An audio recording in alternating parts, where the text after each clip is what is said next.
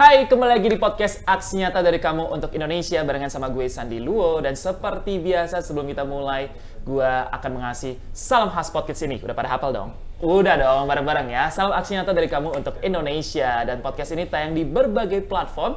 Ada di Instagram, Facebook, Twitter, dan X ya sekarang ya, bukan Twitter namanya. Di X, di YouTube dari Partai Perindo, @partai-perindo, di RCTI Plus, OKZone, Sindo News, iNews.id, YouTube dan website dari Partai Perindo. Dan hari ini gue punya tema yang menarik sekali. Gue kedatangan seorang mahasiswa yang jauh dari negeri sana.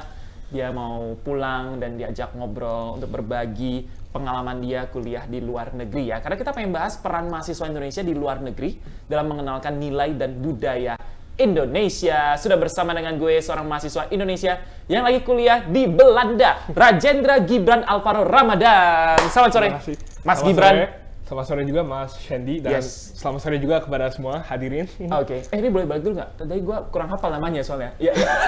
Panjang soalnya. Rajendra Gibran Alvaro Ramadan ya. Iya. Otomatis orang manggilnya Mas Gibran ya? Iya betul, Gibran. Kenapa nggak Rajendra? Terlalu kompleks. Oh, terlalu kompleks. Yeah. Alvaro? Kayak orang Spanyol jadi. Ini kayaknya jokes tadi deh. Nggak apa-apa. Ini kita retake soalnya tadi audionya hilang. Iya. Ini jokes tadi deh kayaknya. Oke, emang Gibran ya? Iya, kalau Alvaro takutnya catfish. Oh iya. Rajendra Gibran Alvaro Ramadan. Sekarang lagi kuliah di Belanda. Betul. Di Universitas?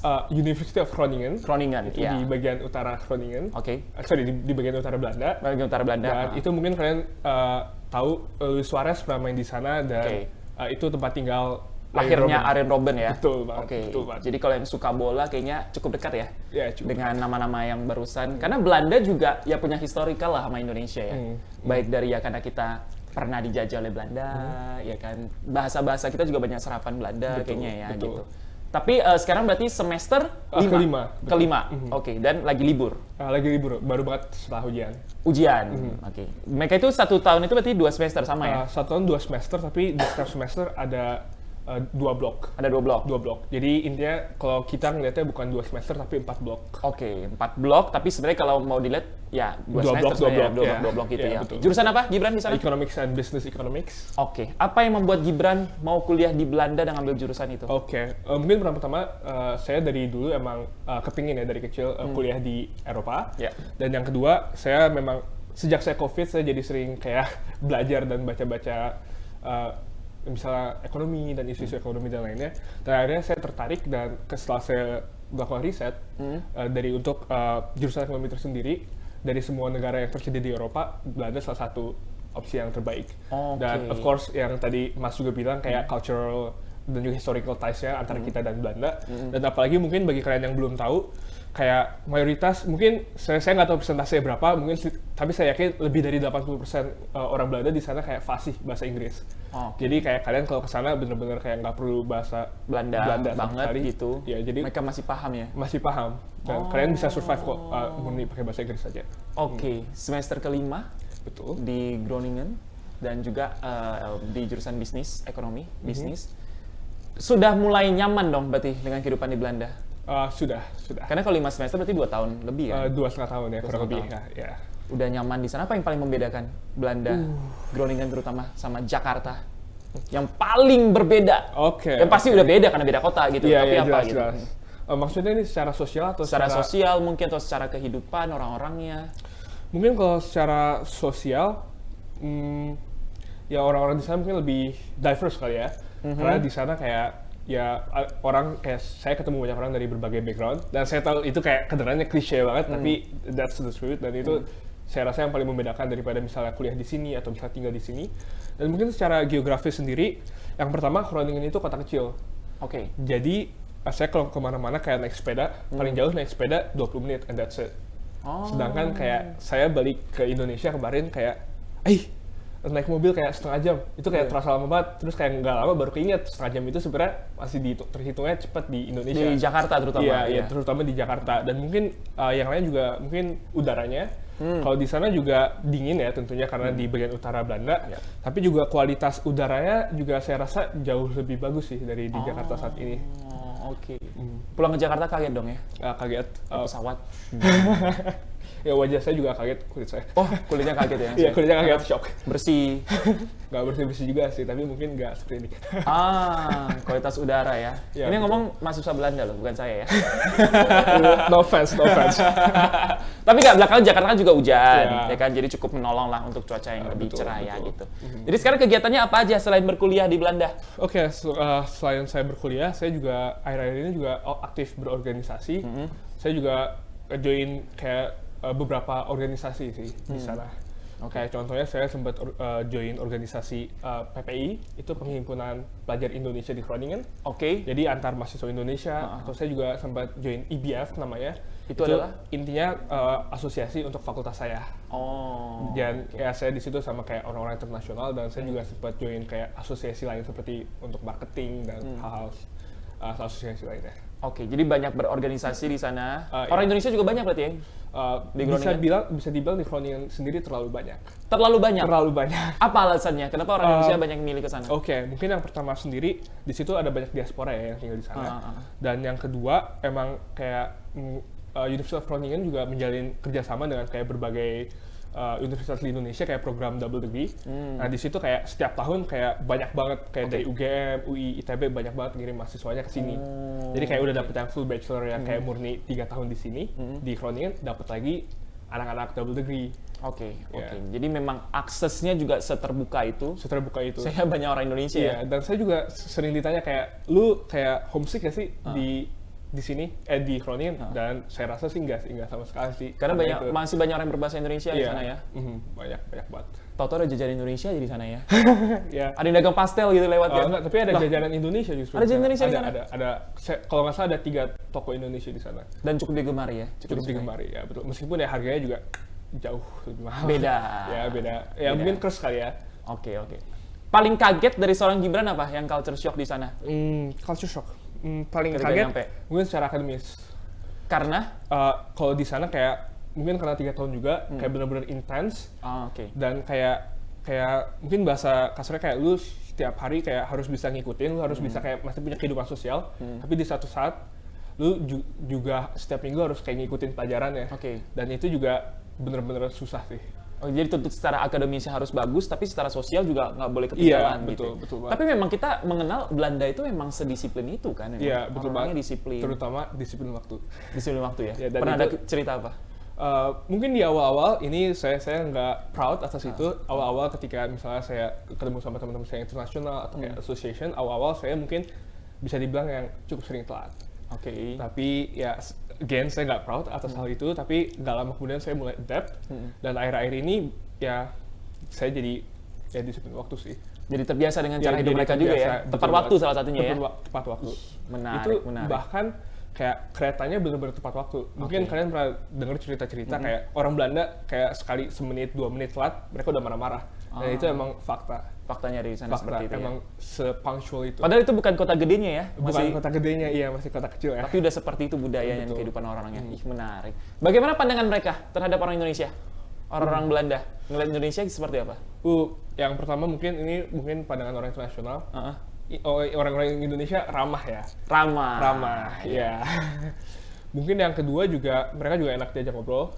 Oke. Ini dari yang teman-teman saya bilang. Yang internasional ya, yang internasional. Dan mungkin yang ketiga ini juga mereka bisa dibilang solidaritasnya tinggi banget. Solidaritas? Tinggi banget. Dan ini juga saya ngeliat langsung, dan saya sempat ngebandingin juga misalnya dari teman-teman saya yang Jerman, Belanda, atau negara lain. Saya rasa solidaritas Indonesia itu emang bener-bener kuat. Oke. Solid ya? Solid. Itu solid banget sih. Gitu. Jadi hal itu ya ramah, gampang berbaur, dan solid itu adalah persepsi pertama orang. Tapi ada nggak sih persepsi yang kurang tepat, yang akhirnya lu harus meluruskan gitu? Mereka tahu kan Indonesia, harusnya tahu dong Indonesia. Karena kan kalau kita ngomong internasional, orang lebih tahu Bali tapi nggak tahu Indonesia gitu. Tapi ada persepsi apa yang kayaknya kurang pas nih pandangannya gitu? Mungkin ini mungkin persepsinya mungkin di satu sisi juga justifiable ya, bahwa persepsi Indonesia adalah negara berkembang. Nah, maksudnya persepsi Indonesia negara berkembang, ya memang kita masih negara berkembang. Tapi maksudnya pola pikir kita juga masih bisa dibilang terbelakang. Dan itu kayak salah satu hal yang saya dan teman-teman saya berusaha untuk ubah. Dan berusaha untuk mengubah perspektif itu di hadapan ya teman-teman dan masyarakat internasional sih. Karena ya mungkin nggak pernah dengar atau pernah dengar tapi kayaknya ini kayaknya negara yang ini deh, negara keberapa. Paling kedengerannya cuma Bali, atau misalnya kalau kedengeran mungkin kasus-kasus atau apa kali ya. Kalau mungkin kayak kemajuan kita mungkin jarang terdengar, dan itu juga mungkin alasan kenapa kayak pentingnya gitu punya kayak mahasiswa-mahasiswa yang untuk kuliah di luar negeri. Dan mereka kaget nggak sih karena di kampus lo kan jadi banyak orang Indonesia ya? Iya betul. Mereka jujur udah terbiasa sih, udah terbiasa karena sebanyak itu, dan itu udah menjadi ya seperti kehidupan sehari-hari bagi mereka bertemu orang Indonesia. Oke. Nah ini sebenarnya pertanyaan yang pasti akan selalu ditanyakan pada orang-orang yang pulang dari luar negeri gitu. Lebih ke udah di luar nih, ya kan, udah belajar banyak gitu. Setelah kembali ke Indonesia kan pasti ada harapan nih bisa bawa sesuatu, bawa perubahan gitu. Beban nggak sih kayak gitu? Beban sih. Kayak ini kalau dari luar negeri nih harusnya kalau pulang ke Indonesia harusnya bisa lebih maju, bisa bawa perubahan gitu.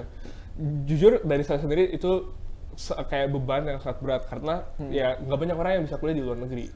Kayak untuk dapat luar negeri pun membutuhkan privilege sendiri. Dan kayak itu sesuatu yang kayak gua nggak bisa sia-siakan. Nah ya jelas kayak terasa beban sendiri, dan untuk apa yang bisa saya kembalikan untuk masyarakat sendiri, itu mungkin yang pertama mungkin dari saya sendiri. Saya harus kayak ya ketika saya mendapat kerja saya harus profesional, harus kayak be the best that I could be. Karena in a way mereka akan melihat saya sebagai orang Indonesia. Jadi ya sekaligus meningkatkan citra Indonesia. Dan mungkin yang kedua, ini it's a huge if, karena fokus saya di tahun ketiga ini di ekonomi pembangunan, dan misalnya bila saya dapat kesempatan untuk bekerja misalnya di lembaga-lembaga seperti di UN, ya itu juga salah satu hal yang bisa saya bantu untuk ya secara langsung membantu Indonesia melalui lembaga-lembaga tersebut. Jadi nggak melulu, karena orang kan selalu berpikir kalau udah kuliah keluar mah harusnya pulang ke Indonesia membangun bangsa dan sebagainya gitu. Selalu ada beban-beban seperti itu ya. Tapi ini mungkin saya mau nambahin aja kali ya. Untuk membangun Indonesia untuk membantu Indonesia nggak harus balik ke Indonesia sih. Bahkan kalau buat sekarang dari melihat kayak gimana ya, kayak bagaimana lingkungan pekerjaan di Indonesia dan di luar, mungkin dari diri saya sendiri lebih bagus untuk saya keluar, dan mungkin untuk prospek kedepannya dan bagi Indonesia mungkin lebih banyak dibutuhkan orang-orang yang punya karir atau experience di luar daripada di dalam. Karena kalau dari kita lihat dari kemarin-kemarin kayak banyak orang-orang ya mereka kayak pengalaman karirnya di Indonesia saja, dan akhirnya kita juga nggak terlalu banyak progres. Dan itu mungkin salah satu hal kenapa kita butuh orang dengan pengalaman. Dan diharapkan juga udah dari luar nanti setelah itu akhirnya memutuskan bisa kembali ke Indonesia. Betul, tentunya. Menerapkan semua pengalaman yang sudah didapatkan itu ya. Wih, menarik. Jadi tadi ya mau masuk ke PBB berarti ya, ke UN ya? Iya, bila Tuhan menghendaki. Kita doakan Mas Gibran. Amin. Untuk Mas Gibran yang ini ya, jangan salah. Jangan dipotong. Please, ya. Dan kita bahas sedikit tentang politik. Kedengeran dong di sana huru-hara yang terjadi di Indonesia. Tentu. Tapi politik di Belanda seperti apa? Rame juga nggak sih? Politik Belandanya sendiri. Politik Belanda dulu. Politik Belanda seperti yang ngikutin nggak? Rame banget. Aku nggak terlalu ngikutin banget, tapi rame sih. Ramenya mungkin mirip-mirip kayak politik Amerika ya. Jadi mereka, kalau mereka tuh biasanya fokusnya bukan kayak satu pihak, kayak ngasih gagasan atau ngasih satu sisi, tapi lebih ke kayak kedua sisi ngasih satu pihak. Kayak contohnya misalnya konservatif dan progresif dan hal semacam itu sih. Tapi ya lu cukup tahu aja lah ya. Dan harus tahu karena lu hidup di sana gitu, biar tahu what's going on gitu. Ya, dan mungkin ada beberapa kayak gimana ya, kadang-kadang agak kasih dari kita tuh kita merasa powerless. Kayak misalnya ketika ada yang misalnya orang yang terlantik dan itu kadang-kadang misalnya akan harm kita, itu kita nggak bisa ngapa-ngapain. Kayak contohnya, kayak akhir-akhir tahun lalu kalau nggak salah, saya belum ngecek lagi sih ini jadi dilaksanakan atau enggak. Jadi kayak like take this with a grain of salt. Jadi kalau nggak salah satu menterinya atau perdana menterinya kayak ingin mengasih kayak kuota untuk international students. Dulu nggak ada kuota sama sekali, nanti mereka akan membatasi jumlah international siapa yang bisa datang. Nah itu juga tentu akan kayak benar-benar mempengaruhi influence kita. Itu kalau secara apa yang terjadi di Belanda secara politiknya. Tapi betul. ketika lu di Belanda, lu mendengar dong apa yang terjadi pasti. Politik di Indonesia. Ngikutin tapi politik Indonesia? Ngikutin, tapi dulu saya waktu SMA ngikutin banget, dan sekarang saya lebih mengikutin, tapi like take a step back sih. Fokus dengan apa yang pengen lu kerjakan lah ya. Tapi nggak ketinggalan dengan apa yang terjadi. Tentu nggak. Jadi jangan lupa kamu halaman. Betul. Dengan apa yang sedang terjadi sekarang ya. Nah, dari sudut pandang Gibran sendiri, politik di Indonesia itu seperti apa saat ini? Kalau lo lihat dari kacamata seorang mahasiswa? Jujur ya, kalau dari saya sendiri, puyeng.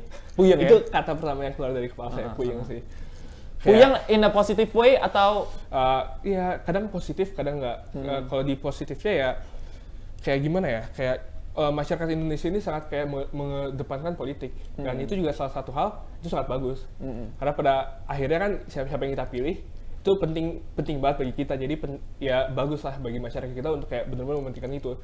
Tapi di satu sisi ya itu juga bisa dibilang kayak mengisi kepala kita, di mana kayak ya mungkin kita tahu sendiri kayak apalagi kayak masa-masa pemilu-pemilu gitu, ya banyak informasi yang nggak benar atau ya ya bisa dibilang gimana ya, jadi lebih berat aja sih jadinya.